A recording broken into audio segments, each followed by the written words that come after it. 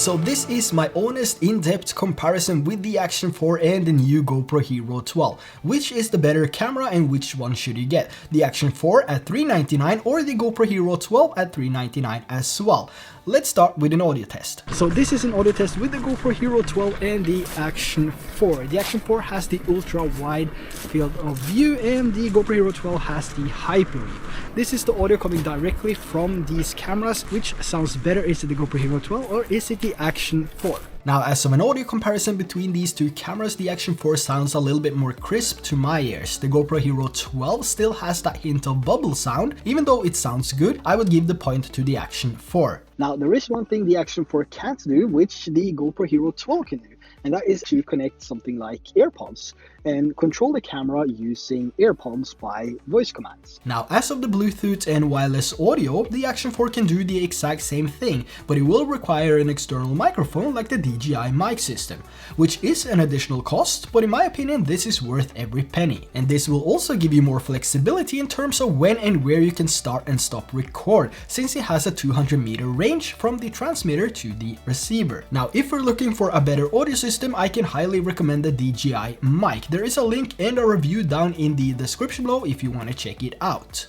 Now, where we find better audio, we also find better music. So I've been using Epidemic Sound for a long time now, and there is a few things, or actually a lot of things I like about Epidemic Sound compared to the other brands I've tried. One of which is the easy and convenient way of browsing by using the arrows on my keyboard instead of physically clicking play on each track. It might not sound like much, but every small detail counts, right? So to me, this is actually huge. And over the years, I've also seen improvement after improvement based on feedback. So it's not only a place where you get awesome music and sound effects, it's also a place where you can have an impact on new features. And as of sound effects, you can now easily browse through a single page where all the sounds has been organized for you, so you don't only have to rely on searches, which is one of the latest updates added. And as you might know, I love traveling. So one of my favorite music playlists is, of course, travel. Now, my favorite track is Melody of Daylight, which I've already used too much in my videos. But the good thing is that I can actually find similar tracks to this song by selecting the Find Similar button. And this gives me a variety of different tracks to choose from within the same style. And I'm also working on a playlist which I will share with you guys when that is done, so you can easily have access to all my favorite tracks on Epidemic Sound. Now, you can also test for yourself with a 30-day free trial using my link in the description below, so you can upload and monetize as many videos as you want during that 30-day trial. Now, let's get back to a stabilization test with the Action 4 and the GoPro Hero 12. So doing a stabilization test here with the GoPro and the Action 4. This is Hyper Smooth on the GoPro, and we have a Rocksteady on the Action 4. So this is a typical, type of scenario where you do a hike and you have to have some stabilization on to make it look smoother. But we also have a few options to turn this stabilization higher to become better. So we have the auto boost on the GoPro 12, and we have Rocksteady Plus, and we have horizon level and horizon balance and so on the Action 4. So now we have the Rocksteady Plus on the Action 4, and you can probably see that it cropped in a little bit more. And on the GoPro Hero 12 we have auto boost on. Here we have the horizon balance on the Action 4, so if I tilt the camera from side to side here, it should remain level. So the Action 4 has a horizon level up to 45 degrees, which the GoPro only has a horizon level up to 27 degrees. So there's actually quite a difference there when you see that I turn the camera. So there we have the GoPro flipping right there, but the Action 4 still stays level. So I'm still using the horizon level now on both of the cameras. I have the sun directly behind me here, so it's going to be interesting to see how these cameras are picking up on that, and if there is any details left on me, or if everything is exposed to the background here. As I can see it now, the Action 4 does actually pick up a little bit more of, or actually balancing out the image a little bit more compared to the GoPro. At least that's what I see on the screen on both of the cameras here.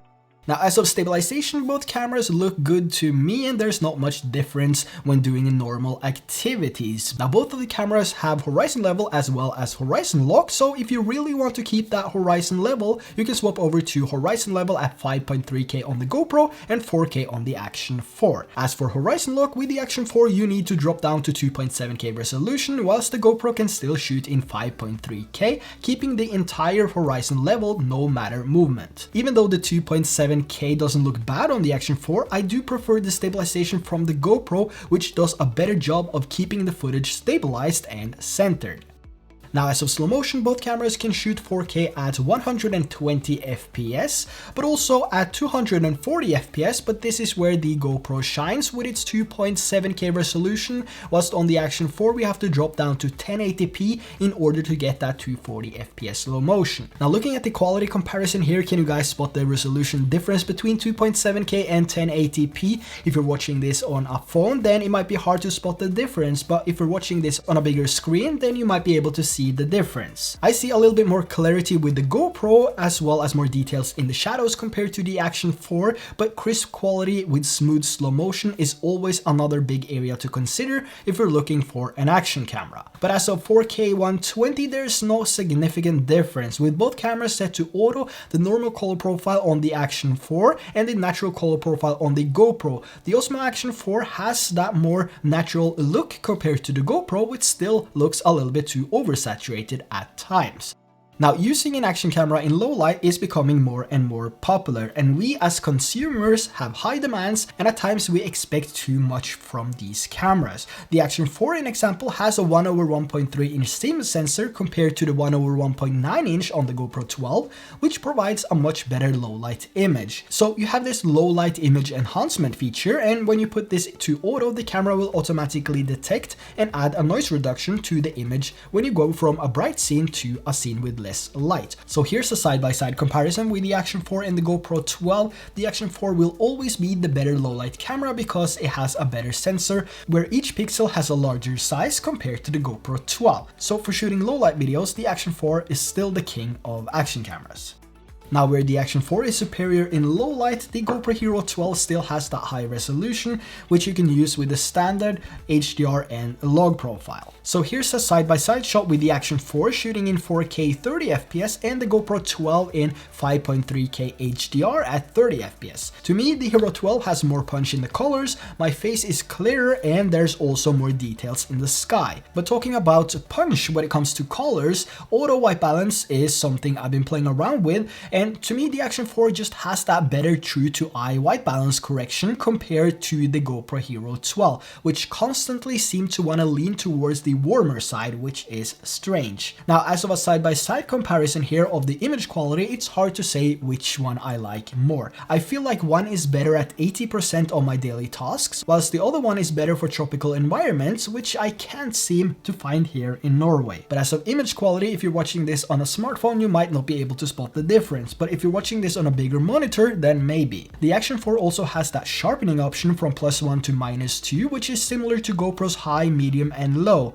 But the Action 4 also has 4 different levels of noise reduction, which at the end can make up for the high resolution if you want to have more freedom in post. So are you guys able to spot the difference in quality between these two cameras? And I'm also curious to know which device you're watching on. Is it a phone, a tablet, or a bigger monitor?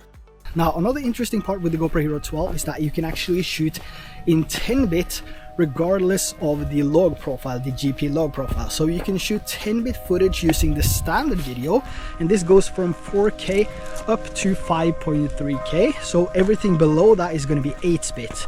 But that means you can shoot 4K 120 10-bit footage, 4K 160, 4K 60, 4K 30, and so on. And you can actually use the vibrant color profile, you can use the natural color profile, or you can use the flat color profile. So you have 4 options to shoot 10-bit, which is actually pretty awesome that you have those kind of options to choose from when it comes to shooting 10-bit footage. On the Action 4, however, you're only limited to the D-Log M color profile, which is the flat color profile if you're going to shoot videos in 10-bit, which is, personally, I don't mind, because I think the D-Log M color profile is is one of the best when it comes to collaborating and putting your own style to your footage. So I really enjoy the D-Log M color profile from the Action 4, but the GP Log profile is actually pretty interesting. Now, as of how wide these cameras are, the Action 4 is still the widest at 155-degree field of view. Now, why do I say that? That's because the GoPro Hero 12 is only wider at 156-degree field of view when you turn all the stabilization off, which you can see in this example here. And I do think 99%, if not 100% of people using action camera is using it with the stabilization on, as well as getting the widest field of view. But if you still consider the GoPro Hero 12 to get the widest possible field of view without getting a 360 camera, you will have to get the max lens mod, which is another $100 to consider. Now, when it comes to color profiles and skin tones, there is always that question which looks better. This rather comes down to personal preferences though, and what you like. But I want to know which colors you prefer. Personally, I think the Action 4 looks more natural to how it actually looks in real life, and overall the GoPro has more saturated and warmer tones to it, which I do like, but mostly when I travel. But a great feature is also the 10-bit GP load profile, which takes away some of the saturated colors. So let me know down below which of the colors you prefer. Now, as of snapping a few photos, both looks good. The max resolution is a bit higher on the GoPro though, but can you actually spot the difference? The Action 4 can take photos in 4:3 as well as 16:9 and 9:16 when rotating the camera to a vertical position. The GoPro still doesn't allow me to take 16:9 or 9:16 photos though. It still only allows me to take 4:3, which is a bummer since we have this feature when it comes to videos. So I really hope this is going to be improved with a future firmware update so we can have the same options as we have with the aspects in video in photo as well. Now, as a mounting system, I'm a huge fan of the magnetic mounting system from DJI. It's way faster to take off and much easier to change the camera from one mount to the next. And changing it from horizontal to vertical shooting is just as fast. But new to the Hero 12, there's also a 1/4" screw on the bottom, which opens up for a more convenient way of mounting your GoPro. My favorite mounting accessories are the Quick Look system from Insta360, which is both secure and easy to use. I'll leave a link to those down in the description below if you want to check them out. Now, as of shooting these vertical videos with the Action 4, you just mount it in a vertical shooting position and hit record. With the Hero 12, you can now adjust the aspect in camera, which is a nice feature, either by going through the settings tab when you're in Pro mode and then change to your desired aspect, or by selecting easy mode, you can easily change the aspect by using shortcuts, or of course you can hold the GoPro in a vertical position, which is probably the easiest way to do it. Now, there is one thing I think GoPro is missing out on, and that is the fact that you have to be in easy mode to have this as a shortcut, and that means you lose the option to change the settings manually, which takes away the whole point of making it pro and simple. So I still think the Action 4 has the best and fastest system for shooting vertical videos when you need your camera mounted. Now, one thing I found interesting here when I was out shooting some sample videos, I now have 39% battery left on the Action 4 and 19% left on the GoPro Hero 12. But I was just about to shoot some super wide angle shots here and do a comparison between these two, and I went up to the hyper view and it dropped down to 1% battery left, which is actually quite interesting. So I don't know what this is, if this is a bug or if it's supposed to do that, but at least now you know if you see the same thing on your GoPro Hero 12. I've now been out shooting for about 2 hours and we have the Action 4 at 29% and we have the GoPro 12 at 4%. And doing a quick battery comparison here in the studio with about 25 degrees Celsius with no form of airflow, the GoPro Hero 12 recorded at the highest resolution of 5.3K for about 1 hour and 8 minutes before it overheated, which is pretty close to what GoPro claims. The Action 4, however, didn't have any issues and finished when the battery died at 1 hour and 45 minutes. Now, as of screen and UI, the Action 4 has that fully functional touchscreen on the front as well as the back, whilst the GoPro only has that touch function on the back. As of user experience though, the Action 4 just feels more direct than the GoPro. It's easier to navigate and the overall feel is smoother. The GoPro feels clunky and it's just not as responsive as the Action 4, and it also still gives you that occasional lags when you're trying to change some settings, which I'm personally not a fan of. But there is one thing that DJI DJI can learn from GoPro, and that is the use of shortcuts, which makes the GoPro experience a little bit better. So changing from different lenses, sharpness or color profiles is actually a bit faster on the GoPro. Now, if you buy either of these cameras, you're not gonna go wrong. Both cameras pack some amazing features, capabilities, and both have amazing image quality, but the Action 4 has that better low light image with the better sensor. So if low light video is a huge part of your style when you use an action camera, then the Action 4 might be the better buy. And if you want a little bit more flexibility when it comes to features and adjustable settings, and if you want to be able to shoot in 10-bit for all the different profiles, well, then GoPro might be the better buy. So when I was making this video, it also happened that the Max Lens Mod 2.0 arrived, so I was out testing this with my bike. I was doing some walking, I was doing some fishing and some vlogging, etc., just to see how it looked and also to give you an impression of whether or not it's actually worth the $100. Now, as for the available features, when you use the Max Lens Mod, the aspects are 16:9, 9:16 and 4:3, so you're not getting that full 8:7 when using the Max Lens Mod. The Max Lens Mod also limits you to 4K up to 60 FPS and 1080p up to 120. It's a bit strange that we don't see 2.7K at 120 FPS, and I see no reason why this shouldn't be possible. A nice addition though is that we get 10-bit in the 4K resolution. We also get 3 different lens types: the wide, max super view and max hyper view, where the last one has a 177-degree field of view. And if you're doing sports or just want the horizon to be leveled, you can also enable horizon lock for all lens types. Now, as of how wide the Max Lens Mod 2 is in real life use, here's a few comparison clips with and without the Max Lens Mod, and I've also included the ultra wide on the Action 4.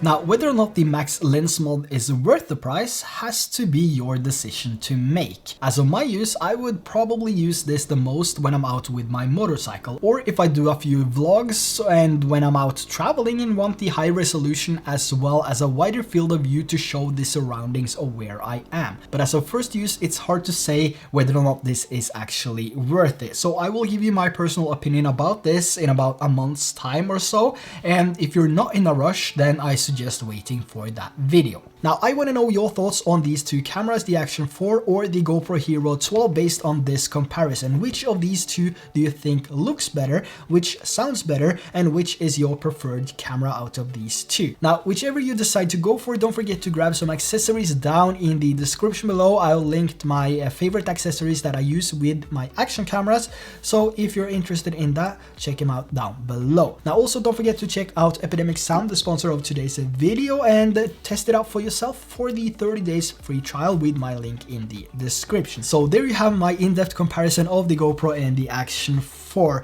If you enjoyed this video and if you want to see more videos like this, don't forget to drop a like down below, and also don't forget to hit that subscribe button if you haven't already, and let me know your thoughts on the GoPro Hero 12 down in the comments below.